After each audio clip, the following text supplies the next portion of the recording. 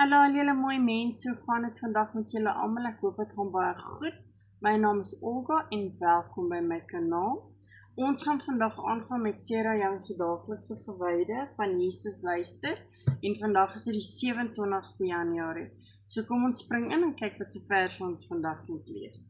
Die eerste een is 1 Tessalonisense 5 vers 17. 1 Tessalonisense 5 vers 17. Dan is dit Psalm 36 vers 8 en 9, Psalm 36 vers 8 en 9, en dan die laaste een is Psalm 132 vers 15.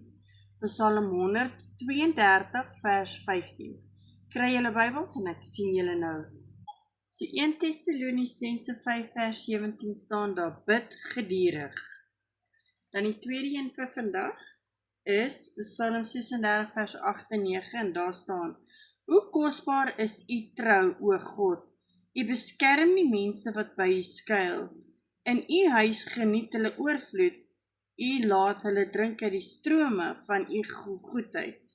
Dan die laaste vers vir vandag is Psalm 132 vers 12 en 15 julle.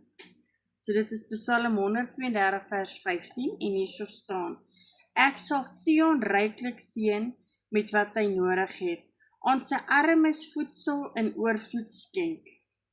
So kom ons kyk wat sê die boekie vandag vir ons julle en dit staan: Vrygewige Here, u is 'n God van soveel fyn besonderhede as vrygewigheid en oorvloed. Wanneer ek die besonderhede van my lewe aan u toevertrou, is ek dikwels verras hoe deeglik u my versoeke beantwoord. Die Bybelse opdrag om geduldig te bid, help my om te voel ek het al my versoeke na u toe gebring. Ek kom agter hoe meer ek bid met 'n hoopvolle, afwagtende gesindheid, hoe meer kry ek 'n antwoord op my gebede. Daarby word my geloof versterk wanneer ek sien hoe noukeurig u op my gebede reageer. Ek is so bly u is oneindig in alles wat u doen. Omdat oorvloed die kern is van alles wat u is, hoef ek nie bang te wees dat u te min hulpbronne sal hê nie.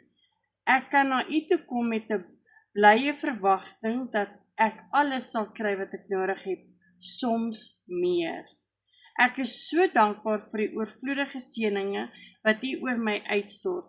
Selfs swaar kry in die lewe kan as 'n seëninge bestempel word, want dit leer my om te volhard, dit verander met my en berei my voor vir hemel.